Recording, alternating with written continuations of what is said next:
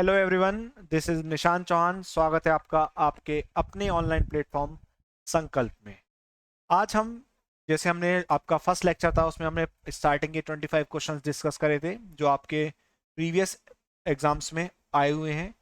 आज हम उसी सीरीज को आगे बढ़ाते हुए क्वेश्चन नंबर 26 से स्टार्ट करेंगे। बेसिकली आपका पीजीटी, टीजीटी, केवीएस, एनवीएस, आपका यूपीपीसीएस, जितने भी ऐसे एग्जाम्स होते हैं जहां पर आपके फिजिक्स प्रॉब्लम आती हैं, वो सारी प्रीवियस ईयर प्रॉब्लम हम यहाँ डिस्कस कर रहे हैं। आप डिस्क्रिप्शन बॉक्स में जाएंगे तो वहां पर आपको हमारी एप्लीकेशन का लिंक, हमारे यूट्यूब चैनल का लिंक और साथ साथ हमारे इंस्टाग्राम का लिंक भी आपको वहां पर मिल जाएगा। हमारी एप्लीकेशन को ज्वाइन करके आप हमारे पीजीटी के बैच को भी ज्वाइन कर सकते हैं। ठीक है, तो बाकी इसके अलावा यहाँ पर आपको नंबर दिख ही रहा होगा, इस नंबर पर हमें व्हाट्सअप करें अगर कोई अपना पीजीटी का बैच ज्वाइन करना चाहता है। ठीक है, चलिए स्टार्ट करते हैं क्वेश्चन नंबर 26 से। देखिए, क्वेश्चन 26 कहता है match list one physical quantities हैं और सेकंड में क्या है आपकी एसआई यूनिट्स हैं। आपको पहले और दूसरे को मैचिंग करानी है and select the correct answer using the codes given below. आपको सही आंसर सर्च करना है। देखो, यंग मॉडुलस की बात करते हैं तो यंग मॉडुलस होता है आपका स्ट्रेस अपॉन स्ट्रेन। क्या होता है आपका स्ट्रेस अपॉन स्ट्रेन? स्ट्रेन होता है change in dimension upon original dimension. इसका मतलब स्ट्रेस की कोई यूनिट नहीं होती। स्ट्रेस की यूनिट होती है फोर्स अपॉन एरिया। जो आपका स्ट्रेस का फॉर्मूला होता है वो क्या होता है? Force upon area. और यूनिट बन जाती है न्यूटन पर मीटर स्क्वायर। ठीक है, और ये क्वांटिटी क्या है? यूनिटलेस है। तो यंग मॉडुलस की यूनिट क्या बन गई आपकी? न्यूटन पर मीटर स्क्वायर। तो ए का क्या हो जाएगा आपका? टू। ए का क्या हो जाएगा आपका? टू हो जाएगा। फिर आते हैं प्लांक कांस्टेंट की बात करते हैं। ई इज इक्वल टू हमने पढ़ा है H nu. E is equal to क्या पढ़ा है हमने? H nu. और एच की वैल्यू निकालनी है तो क्या हो जाएगा? E upon nu. क्या हो जाएगा? E upon new. ई की यूनिट होती है आपकी जूल और फ्रीक्वेंसी की होती है वन अपॉन टाइम। तो टाइम ऊपर जाएगा तो क्या बन जाएगी? इसका क्या बन जाएगी आपकी? जूल और मल्टीप्लाइड बाई टाइम की यूनिट क्या होती है? सेकंड। तो जो प्लांक कांस्टेंट है उसकी आपका क्या आंसर आ जाएगा? Joule second. तो फर्स्ट का क्या हो गया आपका? सेकंड हो गया। और इसका क्या हो गया आपका? थर्ड हो गया। सिमिलरली हम ग्रेविटेशनल कांस्टेंट्स के लिए सॉल्व कर सकते हैं। कैसे? हम जानते हैं एफ इक्वल टू कितना होता है? Capital G M one M two upon R square. यहां से हम कैपिटल जी की निकालेंगे यूनिट, तो F R square upon M one M two. इसका मतलब क्या हो गया? देखिए ध्यान से, न्यूटन मीटर स्क्वायर अपॉन के जी स्क्वायर। और ये जब के जी स्क्वायर ऊपर जाएगा तो के जी पावर कितना हो जाएगा? -2। तो सी का क्या हो जाएगा आपका? फर्स्ट हो जाएगा। तो इस करस्पॉन्ड में अगर हम बात करें तो हम क्या ऑब्जर्व कर रहे हैं? ए का सेकंड था, बी का थर्ड था और सी का फर्स्ट था। तो ऑप्शन डी क्या हो जाएगा? करेक्ट आंसर हो जाएगा। अगले सवाल की तरफ बढ़ते हैं। अगला सवाल है SI unit of universal gas constant. हम जानते हैं इक्वेशन होती है आपकी P V is equal to N R T.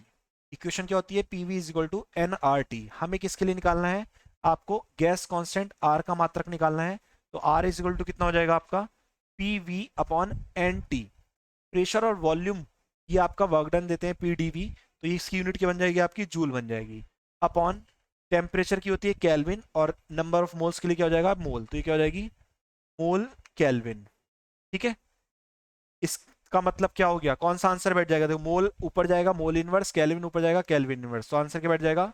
Joule mole inverse kelvin inverse. ठीक है, क्या आंसर बैठ गया? Joule mole inverse kelvin inverse. तो ऑप्शन नंबर सी क्या हो गया आपका? करेक्ट हो गया। अगले सवाल की तरफ आते हैं। इसके बाद है अगला सवाल, प्रत्यास्था के लिए यंग गुणांक का विमेय सूत्र, यंग मॉडुलस ऑफ इलास्टिसिटी के लिए डायमेंशन फॉर्मूला निकालना है। हम सब जानते हैं क्या? यंग मॉडुलस होता है आपका लॉन्गिट्यूडनल स्ट्रेस अपॉन स्ट्रेन। क्या होता है? Longitudinal stress upon longitudinal strain. ठीक है, देखिए, अगर मैं इन सब की डायमेंशन रखूं तो फोर्स की डायमेंशन क्या होती है? M L T minus two. Area की क्या होती है आपकी? एल की पावर टू अपॉन, ये भी लेंथ है और वो भी लेंथ है तो दोनों की डायमेंशन क्या होगी? एल होगी।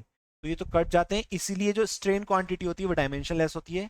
एल की पावर टू ऊपर जाएगा तो कितना हो जाएगा? कितना बचेगा? केवल एल की पावर -1। तो एम एल -1 टी पावर -2। तो आंसर कौन सा हो जाएगा आपका? M L -1 T -2। A option आपका करेक्ट आंसर हो जाएगा। अगले सवाल की तरफ आते हैं। The next question is the following is not a fundamental SI unit. इनमें से कौन सी एसआई यूनिट नहीं है?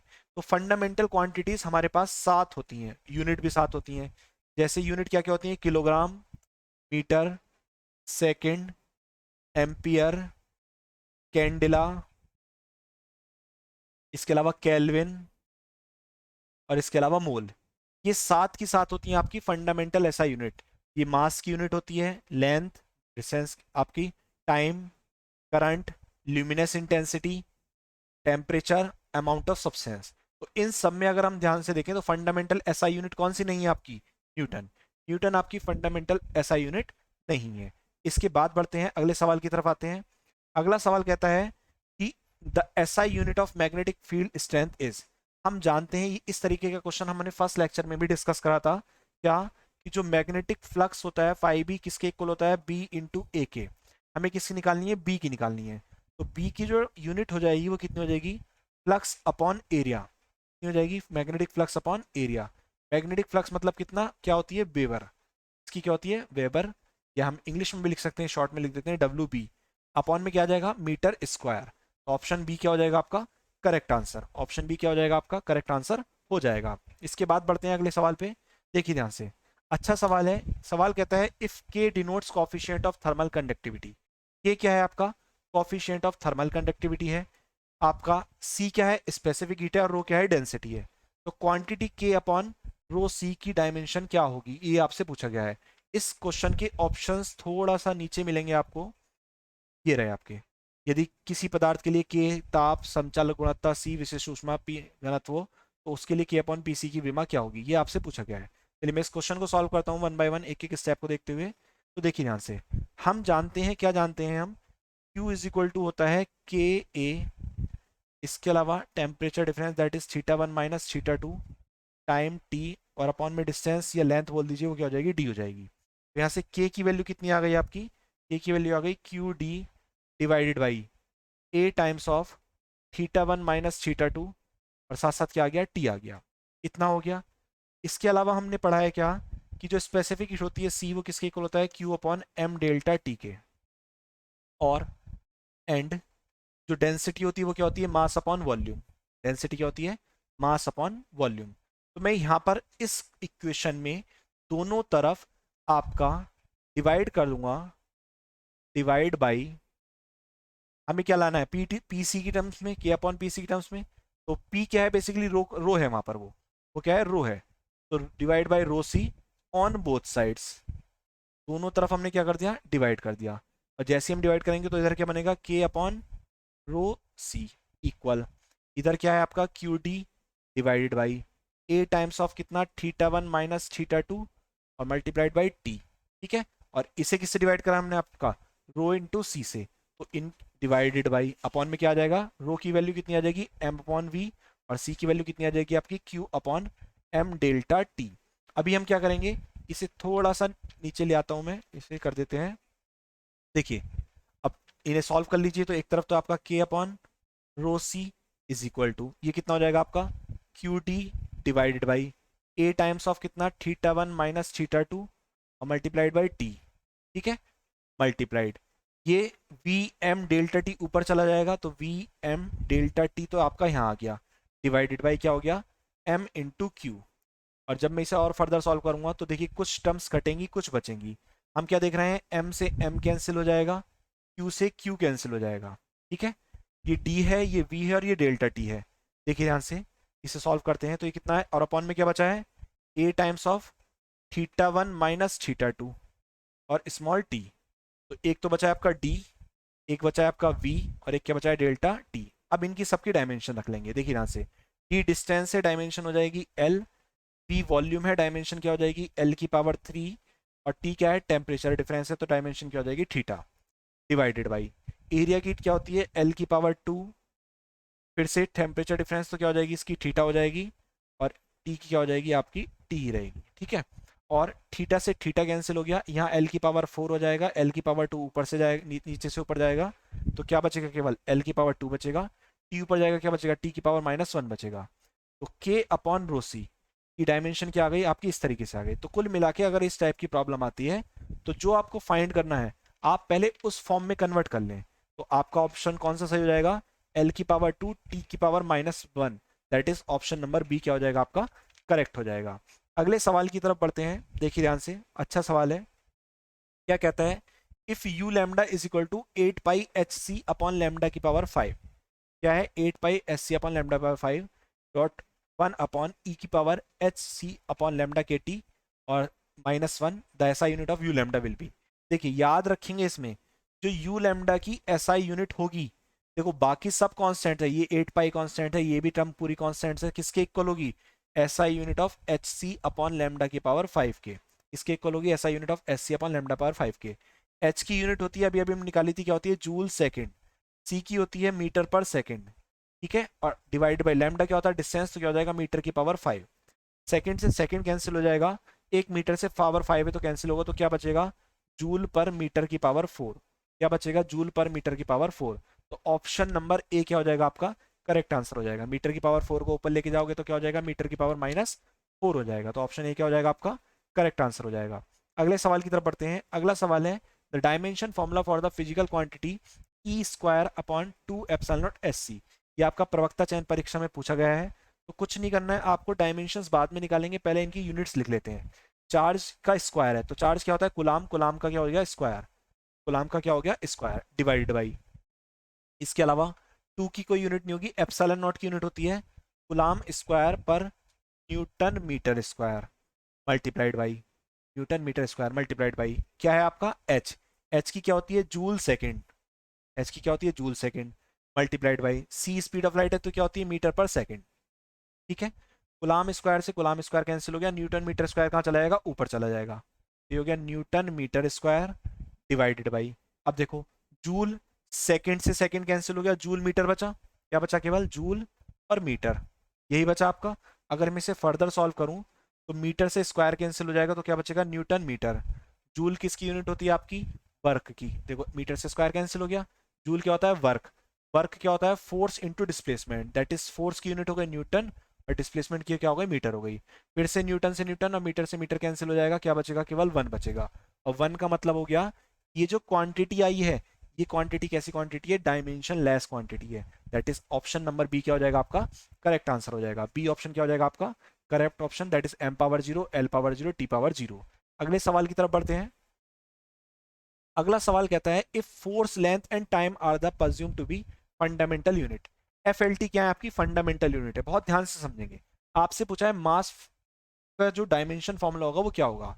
जैसे नॉर्मली फंडामेंटल यूनिट मैंने अभी आपको 7 बताई थी, इस क्वेश्चन में फोर्स को ही फंडामेंटल यूनिट बोल दिया। इसका मतलब जो आपकी डायमेंशन निकालनी है मास की, वो किसकी टर्म्स में निकालनी है? एफ की टर्म्स में निकालनी है। तो देखिए मास की डायमेंशन क्या होगी? एफ अपॉन एक्सलेशन की डायमेंशन। एफ की जगह तो एफ ही रहने देना है हमें। और एक्सलेशन की डायमेंशन क्या होती है? L t-2। क्या होती है? L t-2 होती है। इस तरीके से अगर मैं ऑब्जर्व करूं तो आंसर क्या बैठ जाएगा मेरे पास? एफ एल की पावर -1 और टी की पावर 2।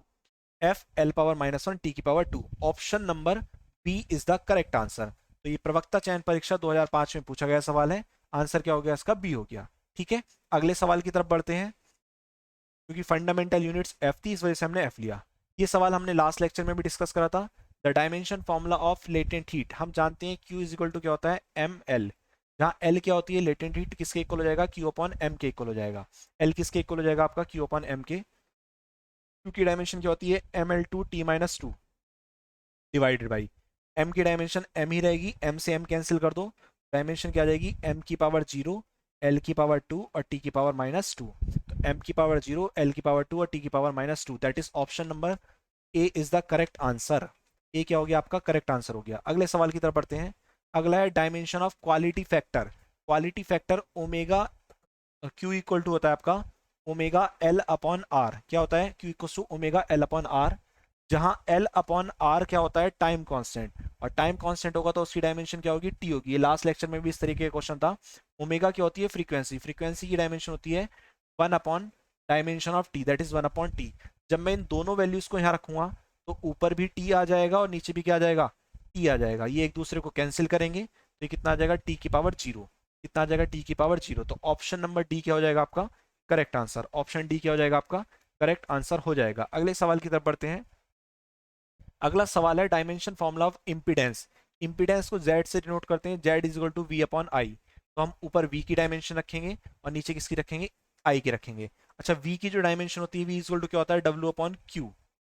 W upon Q. और Q बराबर होता है I T, that is W upon I into T.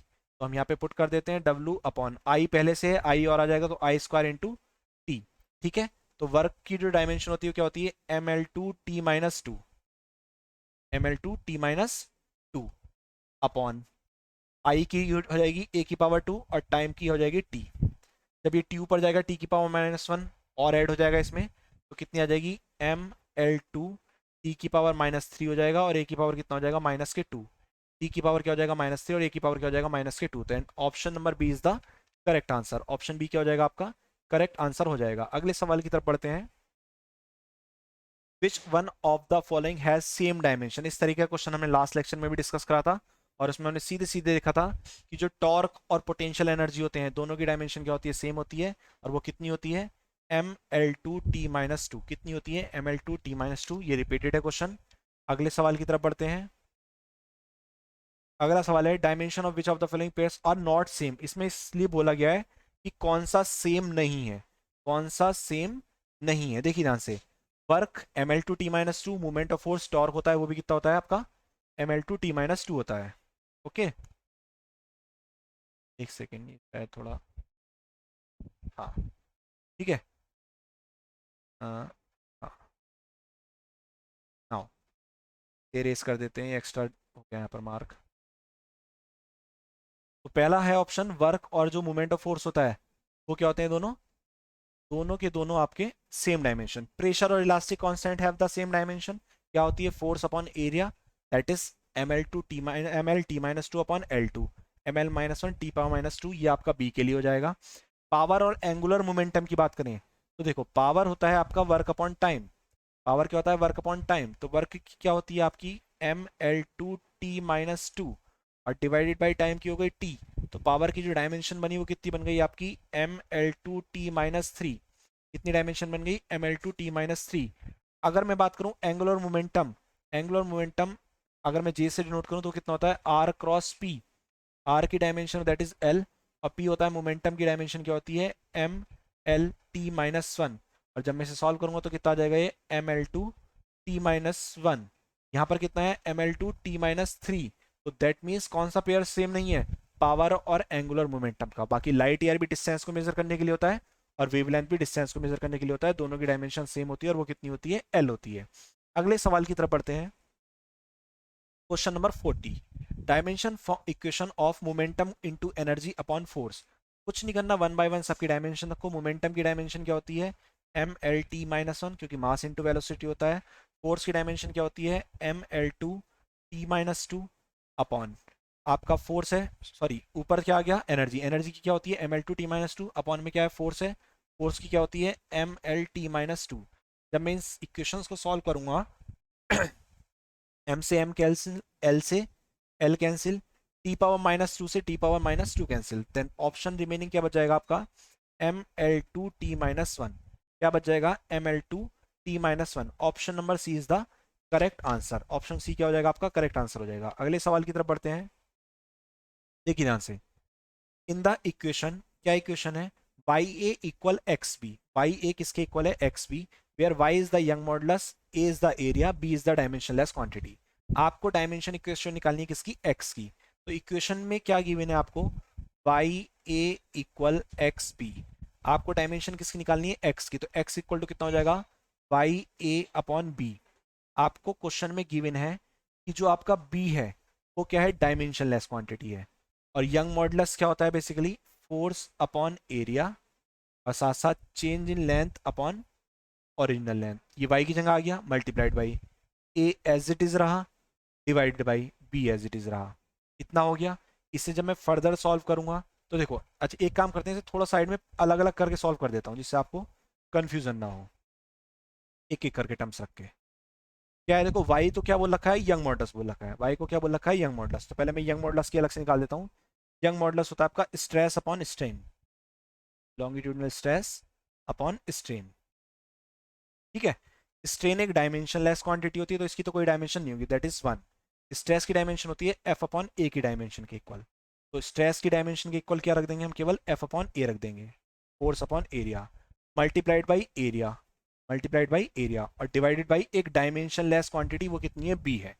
ठीक है। अब देखो एरिया से एरिया कट गया तो ये क्या बन गया, फोर्स की डायमेंशन आ जाएगी अपॉन एक डायमेंशनलेस क्वांटिटी। जब मैं डायमेंशंस पुट करूंगा तो फोर्स की डायमेंशन होती है मेरे पास M L T minus two. कितनी होती है, M L T minus two, और डायमेंशनलेस क्वांटिटी के लिए क्या लेते हैं हम, वन लेते हैं। तो इस हिसाब से ऑप्शन नंबर डी क्या हो जाएगा आपका, करेक्ट। तो एक्स का जो विमीय समीकरण आएगा वो कितना आ जाएगा, M L T minus two. ठीक है, अगले सवाल की तरफ बढ़ते हैं। डायमेंशन फॉर्मूला ऑफ पावर कई बार सॉल्व कर चुके हैं, अब तो हमें ये याद होना चाहिए। पावर इज इक्वल टू क्या लगाते हैं, वर्क अपॉन टाइम लगाते हैं, और डायमेंशन क्या बन जाती है, M L two T minus three. ठीक है, अगले सवाल की तरफ बढ़ते हैं। अगला सवाल कहता है eta is equal to M L minus one T minus one. Eta क्या है, M L minus one T minus one है ईटा की डायमेंशन। आपसे बोला गया कौन सा करेक्ट है, एक एक करके चेक कर लेते हैं। एक तरफ तो ईटा है, एक तरफ एरिया, वेलोसिटी और टाइम। देखते हैं एरिया क्या होता है, एल की पावर टू, और चेंज इन वेलोसिटी, वेलोसिटी की क्या हो जाएगी, एल टी माइनस वन, और डिवाइडेड बाई क्या हो जाएगा आपका टाइम। जब मैं इसे सॉल्व करूंगा तो कितना रहा है आपका, एल की पावर थ्री टी की पावर माइनस टू, जो किसके इक्वल नहीं है, M L minus one T minus one के इक्वल नहीं है। अगले को सॉल्व कर लेते हैं। एल की पावर टू, यहाँ पे टी ऊपर आ गया और नीचे क्या आ गया आपका, वेलोसिटी के लिए एल टी माइनस वन। तो एल से एल स्क्वायर कैंसिल हो जाएगा, टी पावर माइनस वन जाएगा, तो कितना हो जाएगा आपका, ये हो जाएगा आपका एल टी की पावर टू। इसकी बात कर लेते हैं। वन अपॉन एरिया क्या हो जाएगा, एल की पावर टू, वेलोसिटी के लिए क्या आ जाएगा, एल टी माइनस वन, और डिवाइड बाई टाइम के लिए आ जाएगा टी। तो इसे सॉल्व करेंगे तो कितना आ जाएगा, L minus one T minus to. Starting के तीनों ऑप्शंस में से एक भी ऑप्शन ईटा के इक्वल नहीं है। स्टार्टिंग के तीनों ऑप्शंस में से एक भी ऑप्शन किसके इक्वल नहीं है आपका, ईटा के इक्वल नहीं है। That means none of the above is the correct answer. तो नन ऑफ द अबव क्या हो जाएगा, इसका करेक्ट आंसर हो जाएगा। अगले सवाल की तरफ देखते हैं। देखिए क्वेश्चन करने के दो तरीके होते हैं, एक तो आप सही ऑप्शन देखो और आगे बढ़ जाओ। एक होता है कि हर ऑप्शन को ऑब्जर्व करो, और हर ऑप्शन को ऑब्जर्व करके आपको ये होता है कि उससे रिलेटेड सपोज करो तीन क्वेश्चन और बन जाए, तो उन्हें भी आप इजिली सॉल्व कर सको। देखिए ये सवाल कहता है कि प्रेशर जो है P किसके इक्वल है, A plus X upon B के। प्रेशर जो है आपका P वो किसके इक्वल है, A प्लस, सॉरी मैं इसे इरेज कर देता हूँ, किसके इक्वल है वो आपका, A plus X upon B के। आपसे पूछा है A और B की डायमेंशन का रेशियो, एक्स को डिस्टेंस बोला है। हमने प्रिंसिपल ऑफ होमोजेनिटी के अकॉर्डिंग पढ़ा, हम सेम क्वांटिटी की डायमेंशंस को ऐड और सब्ट्रैक्ट कर सकते हैं। इसका मतलब कोई मुझसे कहे कि जो डायमेंशन ऑफ ए है वो किसके इक्वल होगा, डायमेंशन ऑफ एक्स के, और एक्स की डायमेंशन क्या होती है, एल। तो ये तो आपकी निकल के किसकी आ गई, ये आपकी ए की डायमेंशन निकल गई। अब बी की बात करते हैं। बी की डायमेंशन निकालने के लिए मैं इन्हें सेपरेट करके लिख देता हूँ। कैसे, P इज इक्वल टू कितना हो जाएगा, A upon B plus X upon B, ऐसे लिख सकते हैं हम इसे। तो इसका मतलब ये हुआ कि जो आपका, मैं थोड़ा स्पेस बना लेता हूँ यहाँ पर, डायमेंशन ऑफ P होगा वो किसके इक्वल होगा, डायमेंशन ऑफ कोई सा भी एक ले लो, ए अपॉन बी या फिर X upon B. Dimension of A upon B ले लेते हैं। ठीक है, आगे सॉल्व करते हैं। हमें बी की डायमेंशन निकालनी है तो उसे इस तरफ ले जाओ। तो डायमेंशन ऑफ बी इसके इक्वल हो जाएगा dimension of A divided by dimension of P. ठीक है, आगे सॉल्व करते हैं। ए की डायमेंशन क्या है हमारे पास, एल है। आगे बढ़ते हैं। प्रेशर, प्रेशर क्या होता है आपका, फोर्स अपॉन एरिया। प्रेशर क्या होता है, फोर्स अपॉन एरिया। और जो फोर्स की डायमेंशन होती है वो कितनी होती है, M L T minus two. Force की डायमेंशन क्या होती है, M L T minus two. Area की क्या होती है, एल की पावर टू। जब ऊपर जाएगा कितना हो जाएगा आपका, M L minus one T minus two. कितना हो जाएगा, M L minus one T minus two. मैं इस वैल्यू को यहाँ लिख देता हूँ, कितना आ जाएगा ये आपका, M L minus one T minus two. ठीक है, क्लियर है। ए की डायमेंशन पता चल गई हमें। बी की डायमेंशन सॉल्व कर लेते हैं। अब कितनी आ जाएगी आपकी, ये आ गई एम की पावर माइनस वन, एल की पावर माइनस वन ऊपर जाएगा, एल पहले से तो एल की पावर टू, और टी की पावर माइनस के टू, तो ऊपर जाके हो जाएगा टी की पावर टू। ए और बी की डायमेंशन पता चल गई। अब हमें क्या करना है, अकॉर्डिंग टू क्वेश्चन हमसे पूछा गया है कि ए अपॉन बी की विमा क्या होगी, तो हम इन दोनों को क्या कर लेंगे, डिवाइड कर लेंगे। तो जैसे ही मैं ए अपॉन बी करता हूँ तो ए की डायमेंशन है एल, और बी की डायमेंशन कितनी है मेरे पास, M minus one L two और टी की पावर टू। और जब मैं इसे सॉल्व करूंगा तो सॉल्व करके कितना आ जाएगा ये आपका, एम साथ साथ कितना हो जाएगा, एल की पावर माइनस वन, और टी की पावर कितना हो जाएगा, माइनस के टू। कितना हो जाएगा, M L power minus one, T power कितना हो जाएगा, माइनस टू। इस तरीके से क्या निकाल दिया हमने, ए अपॉन बी। डायमेंशंस की एप्लीकेशन की हेल्प से हुआ है, जहां पर हमने सेम क्वांटिटी की डायमेंशंस को ऐड करते हैं, इसलिए उन्हें क्या कर लिया, इक्वेट कर लिया। नेक्स्ट क्वेश्चन, निम्न में से कौन सी भौतिक राशि अदिश है। आपसे पूछा है कि which one is a scalar quantity, कौन सी आपकी स्केलर है। तो सब जानते हैं current is a scalar quantity. Current कैसी क्वांटिटी है, स्केलर क्वांटिटी है। एरिया भी आपकी वेक्टर क्वांटिटी है, मोमेंटम भी और एंगुलर वेलोसिटी भी, लेकिन करंट कैसी है आपकी, स्केलर है। अगले सवाल की तरफ पढ़ते हैं। देखिए, an electric current is a scalar, क्यों है, it does not obey the laws of vector addition.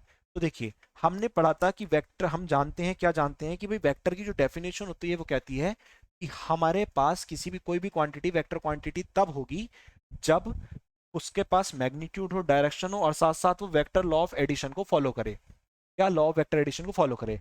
लेकिन इलेक्ट्रिक करंट उस चीज को फॉलो नहीं करती। जब नहीं करती तो ऑप्शन क्या हो जाएगा, ये बात बिल्कुल सही है, स्केलर क्वांटिटी है, और चूंकि लॉ ऑफ वेक्टर एडिशन को फॉलो नहीं कर रही इस वजह से स्केलर है, तो रीजन भी क्या है इसका, करेक्ट है। तो इसका जो आंसर बनेगा असर्शन रीजन है, इसमें ऑप्शन यहाँ पे नहीं मेंशन है, मैं बता देता हूँ। आंसर बनेगा assertion is correct and reason is the correct explanation of assertion. Answer क्या बन जाएगा, assertion is correct and reason is the, both A and R is correct और R is the correct explanation of A. ठीक है, अगले सवाल की तरफ आते हैं। भौतिक राशि जो अदिश है, जो क्या है आपकी, अदिश है। The physical quantity which is scalar is, तो हम सब जानते हैं area vector, displacement vector, electric field vector. लेकिन जो इलेक्ट्रिक फ्लक्स होता है, इलेक्ट्रिक फ्लक्स होता है फाई ई, वो किसके इक्वल होता है, अगर याद हो तो E vector dot D S vector, ये फॉर्मूला पढ़ते थे हम इलेक्ट्रिक फ्लक्स का। तो ये कैसी क्वांटिटी है आपकी, स्केलर क्वांटिटी है। कैसी क्वांटिटी है, स्केलर क्वांटिटी है। यहां से एक यूनिवर्सल लॉ आपको बता देता हूं कि दो वेक्टर क्वांटिटी का जब भी डॉट प्रोडक्ट होगा, जब भी आपका दो वेक्टर क्वांटिटी का डॉट प्रोडक्ट होगा, तो वो आपकी कैसी क्वांटिटी देगा, वो आपकी स्केलर क्वांटिटी देगा। कैसी क्वांटिटी देगा, स्केलर। तो इसकी वजह से फ्लक्स ऐसी हो गई आपकी, स्केलर क्वांटिटी हो गई। नेक्स्ट क्वेश्चन की तरफ आते हैं। Which is a vector quantity in pressure and force, दाब और बल में कौन सदिश है। आपसे पूछा कौन सा सदिश है, तो याद रखेंगे force is a vector quantity. Force is a vector quantity where pressure is a scalar quantity. Pressure कैसी क्वांटिटी होता है, स्केलर। फोर्स कैसी क्वांटिटी होता है, वेक्टर क्वांटिटी होता है। क्लियर है इतना। अगले सवाल की तरफ आते हैं। देखिए, क्वेश्चन में पूछा गया एंगल बिटवीन टू वेक्टर्स, दो वेक्टर की मैंने आपको, वेक्टर ए और वेक्टर बी, इनके बीच का एंगल पूछा गया है। तो हम जानते हैं, क्या जानते हैं, vector A dot vector B is equal to क्या होता है, A B cos theta. A B क्या है, मैग्नीट्यूड्स हैं, क्या होता है, ए बी कॉस थीटा। तो इन दोनों का डॉट प्रोडक्ट कर लेते हैं। ए की जगह कितना आ जाएगा आपका, 4i cap plus 3j cap minus 4k cap, dot B की जगह कितना आ जाएगा, 3i cap plus 4j cap plus 6k cap equal magnitude of A कितना होगा, वो अभी देख लेंगे। फिलहाल हम इसे ऐसे ले लेते हैं, इसे ऐसे लेते हैं और कॉस थीटा यहाँ लिख देते हैं। ठीक है, देखिए 4 3 12, चूंकि आई का डॉट प्रोडक्ट होगा तो 1 मिलेगा, बाकी किसी के साथ होगा तो 0 मिलेगा। मैं केवल मेन में लिख देता हूँ, 4 3 12, जे का जे के साथ होगा प्लस 12, माइनस के 4 प्लस के 6, तो कितना बचेंगे, 6 4 24 इक्वल टू कितना हो गया, ए बी कॉस थीटा। और मैं क्या देख रहा हूँ, इस तरफ क्या आ गया, 12 12 24 हो जाएंगे, कट के 0 आ जाएगा। तो कॉस थीटा फाइनली किसके इक्वल आ जाएगा, cos theta is equal to 0। Cos theta किसके इक्वल आ जाएगा, 0 के इक्वल आ जाएगा। और थीटा 0 कब होता है, कॉस थीटा 0 कब होता है, जब थीटा कितने डिग्री का हो, 90 डिग्री का हो। थीटा कितने डिग्री का हो, 90 डिग्री का हो। इसलिए आपका ऑप्शन नंबर डी क्या हो जाएगा, करेक्ट ऑप्शन हो जाएगा। आप लोग पहले क्वेश्चन को रोक के खुद से सॉल्व करके देखा करें, तभी आगे देखा करें। देखिए ध्यान से, ये क्वेश्चन बहुत अच्छा सवाल है। क्वेश्चन कहता है if the magnitude of sum and difference of two vectors is the same, दो वेक्टर हैं उनका एडिशन और सब्ट्रैक्शन का मैग्नीट्यूड सेम है, तो आपसे पूछा है उनके बीच में एंगल क्या होगा। तो मान लेते हैं मेरे पास दो वेक्टर हैं। The first vector is R vector equal to vector A plus vector B, and the second vector R is equal to कितना हो जाएगा, vector A minus vector B. ये मेरे पास इस तरह से दो वेक्टर है। ठीक है, अब क्वेश्चन के अकॉर्डिंग क्या गिवन है कि a प्लस बी का जो मैग्नीट्यूड है वो किसके इक्वल है, a माइनस बी के मैग्नीट्यूड के इक्वल है। तो हम क्या करते हैं, दोनों साइड का स्क्वायर कर देते हैं। तो ये कितना हो जाएगा आपका, a प्लस बी का square equal a minus B का स्क्वायर। जब भी आपको इस तरीके से एंगल निकालना हो तो आप इसी स्टेप को फॉलो करेंगे। आप क्वांटिटीज का दोनों तरफ से स्क्वायर करेंगे, तो क्या आप देख रहे हैं, आप vector A dot vector A क्या हो जाएगा, A square same as B square plus 2 vector A dot vector B equal A square plus B square minus 2 vector A dot vector B. ठीक है, जब मैं इसे सॉल्व करूंगा तो ए स्क्वायर से बी स्क्वायर से A square B square cancel हो जाएगा, इस माइनस को इधर लेके आएंगे तो कितना हो जाएगा, ये 4, कितना हो जाएगा 4 times of vector A dot vector B equal to कितना, 0। ए डॉट बी क्या होता है, ए बी कॉस थीटा, 4 को भी 0 ले जाओ, ये कितना हो जाएगा, A B cos theta equal to 0। और यहाँ से आपका कॉस थीटा किसके इक्वल आ जाएगा, 0 के इक्वल आ जाएगा। और कॉस थीटा 0 आने का मतलब थीटा कितने डिग्री का हो जाएगा आपका, 90 डिग्री का हो जाएगा। थीटा कितने डिग्री का हो जाएगा आपका, 90 डिग्री का। और ऑप्शन क्या हो जाएगा, 90 डिग्री, डी ऑप्शन हो जाएगा आपका करेक्ट। ठीक है, अगले सवाल की तरफ बढ़ते हैं। अगला सवाल कहता है particle move from point 3, -4, 5 to -2, 6, -4 under the force, ये फोर्स है, आपको वर्क डन पूछा है। तो आपको दो पोजीशन वेक्टर गिवन है, पहला वेक्टर कितना गिवन है, r1 कितना है 3i कैप -4j कैप और +5k कैप। ठीक है, R2 कितना है आपके पास, R2 है आपके पास -2i कैप +6j कैप और -4k कैप। ठीक है, सबसे पहले आपको डिस्प्लेसमेंट निकालना पड़ेगा। Displacement r vector equal to हो जाएगा r2 वेक्टर -r1 वेक्टर। तो जैसे ही मैं r2 में से r1 को माइनस करूंगा तो ये कितना मिल जाएगा, देखिए -2 -3 कितना हो जाएगा, -5i कैप +6 और ये कितना हो जाएगा, माइनस टू माइनस प्लस हो जाएगा तो 6 4 कितना हो जाएगा, 10 जे कैप। और साथ ही साथ क्या आ जाएगा आपका -9 के कैप, क्योंकि 5k क्या हो जाएगा, माइनस हो जाएगा। ये आपका डिस्प्लेसमेंट आ गया। आपको क्या निकालना है, वर्क डन निकालना है। वर्क डन इक्वल टू होता है force vector dot displacement vector according to question आपको फोर्स कितना गिवन है, 2i cap +3j cap -k cap. Force कितना गिवन है आपको, 2i कैप +3j कैप और -k कैप।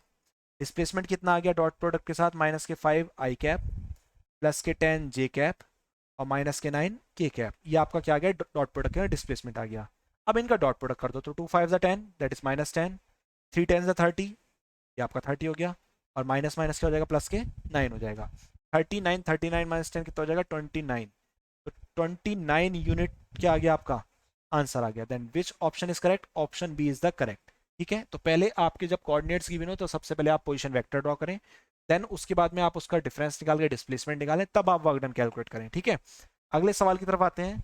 अगला सवाल कहता है the torque of the force और आर, आपको एफ और आर गिवन है और हम जानते हैं टो इज इक्वल टू क्या होता है आपका, आर क्रॉस एफ।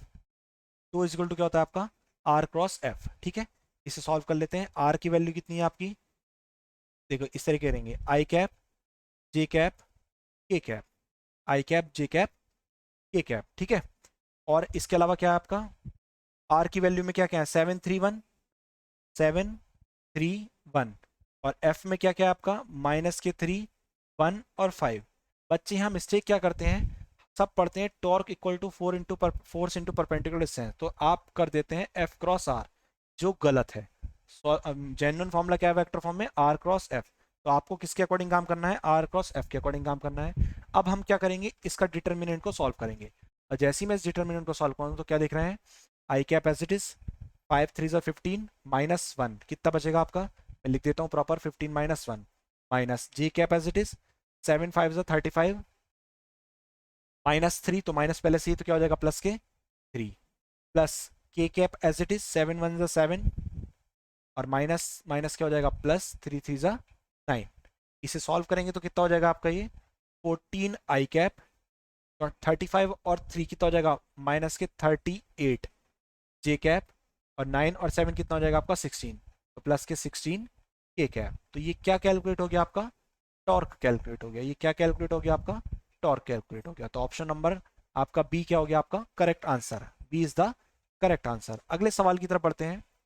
अगला सवाल है the angle between two vector I cap plus J cap and J cap plus I cap. बहुत ध्यान से समझेंगे, एक वेक्टर को वेक्टर ए मान लेता हूँ, वो कितना है आपके पास, आई कैप प्लस जे कैप। ये यूनिट नॉर्मल वेक्टर होते हैं, इनका मैग्नीट्यूड 1 होता है।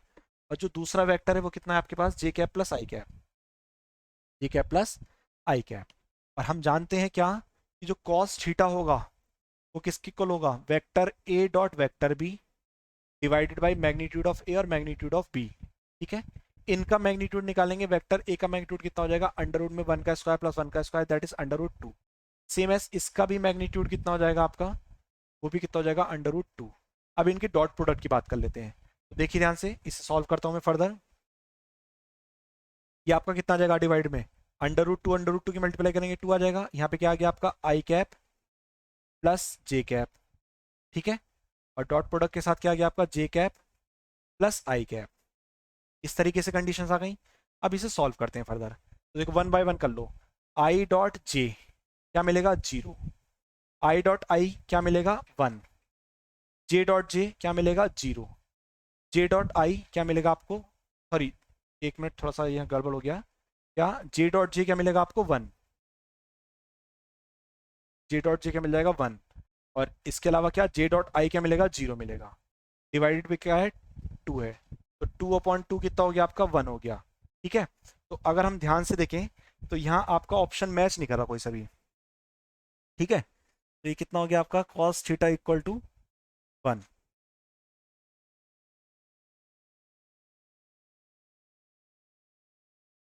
ठीक है, तो यहाँ पर cos थीटा कितना आ गया आपका 1 के इक्वल आ गया। cos थीटा 1 आने का मतलब कितना हो गया, थीटा इक्वल टू 0 डिग्री। तो यहाँ पे देखिए इन ऑप्शंस के अकॉर्डिंग एक भी ऑप्शन करेक्ट नहीं है।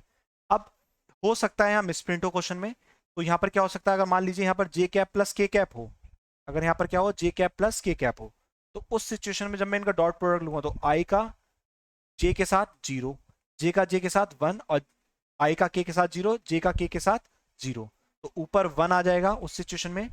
cos थीटा इक्वल टू कितना आ जाएगा 1, और अपॉन में मैग्नीट्यूड कितना है √2 इंटू √2 दैट इज 2। इस सिचुएशन में थीटा कितना आ जाएगा 60 डिग्री आ जाएगा। क्लियर है। तो अगर आपका क्वेश्चन यहाँ पे के कैप होता है तो आपका थीटा 60 डिग्री, तो आपका ऑप्शन सी। अगर यहाँ पर I cap plus J cap and J cap plus I cap ही है तो आपका थीटा कितना आएगा आपका 0 डिग्री आएगा। ठीक है, आगे बढ़ते हैं अगले सवाल की तरफ। अगला सवाल है two vectors f1 and f2 at right angles to each other. दोनों वेक्टर एक दूसरे कैसे हैं, राइट एंगल पर हैं। If f1 then f2 will be. देखिए अगर f1 ये है तो f2 क्या होगा, सिंपल है, आप सॉल्व करके भी कर सकते हैं। अगर दो वेक्टर एक के बीच का एंगल 90 डिग्री है तो उन दोनों का डॉट प्रोडक्ट 0 होगा, उन दोनों का डॉट प्रोडक्ट कितना होगा 0 होगा। ठीक, तो देखो ध्यान से, अगर f1 कितना है आपका 4 I cap plus 3 J cap, तो इन सारे ऑप्शंस को अगर मैं ऑब्जर्व करूं तो कहीं ना कहीं आई का आई के साथ 1 मिल जाएगा प्रोडक्ट, या जे का जे के साथ मिल जाएगा। लेकिन अगर मैं इनका प्रोडक्ट के कैप के साथ करूं डॉट प्रोडक्ट, तो उस सिचुएशन में सॉल्व करके कितना देंगे 0 देंगे। आंसर क्या हो गया, F2 वेक्टर कितना हो जाएगा आपका के कैप हो जाएगा। F2 वेक्टर कितना हो जाएगा आपका के कैप हो जाएगा। बाकी आप वैसे भी देख सकते थे, ये एक प्लेन है आई कैप और जे कैप के, और इनके परपेंडिकुलर कौन सी डायरेक्शन जाएगी के कैप की। तो अकॉर्डिंग टू ऑप्शंस हम डायरेक्ट भी टिक कर सकते थे, क्या सी, डायरेक्ट भी क्या टिक कर सकते थे हम, ऑप्शन नंबर सी टिक कर सकते थे। ठीक है, अगले सवाल की तरफ आते हैं। ये हमारा लास्ट सवाल है, क्या A vector perpendicular to 4 I cap minus 3 J cap. आपसे बोला गया 4 आई कैप और माइनस 3 जे कैप के परपेंडिकुलर वेक्टर ड्रॉ करो। तो देखो फिर से वही कहानी आ गई, अगर मैं इसे प्लेन में ड्रॉ करूं, कैसे कैसे, 4 में तो आई है, जे में -3 है, तो कहीं ना कहीं ये वेक्टर कुछ ऐसे जाएगा, ये कोऑर्डिनेट हो जाएंगे इसके 4 -3, 4 I cap minus 3 J cap. ठीक है, कोऑर्डिनेट क्या हो जाएंगे 4 -3। अब इसके परपेंडिकुलर जाओगे तो के कैप की डायरेक्शन में जाओगे, इधर जाओगे के कैप की डायरेक्शन, तो ऑप्शन में के कैप का ऑप्शन कौन सा बना, ऑप्शन नंबर बी बन गया। आई माइनस जे के परपेंडिकुलर कौन सा कंपोनेंट होगा, के कैप का कंपोनेंट होगा। इस तरह से हमने ये फर्दर क्वेश्चन सॉल्व करे, और ये हमारे 55 तक क्वेश्चन हो गए हैं। बाकी अगली वीडियो में भी आपको 25 से 30 क्वेश्चंस मिलेंगे। इस तरह से ये प्रोसीजर आपका चलता जाएगा। मैं फिर से ये कहूंगा कि जो लोग पीजीटी या जीआईसी की तैयारी करना चाहते हैं वो डिस्क्रिप्शन बॉक्स में मिले लिंक के थ्रू हमारी एप्लीकेशन को डाउनलोड करें और वहां से जाके क्लास को ज्वाइन कर सकते हैं। Thanks for watching.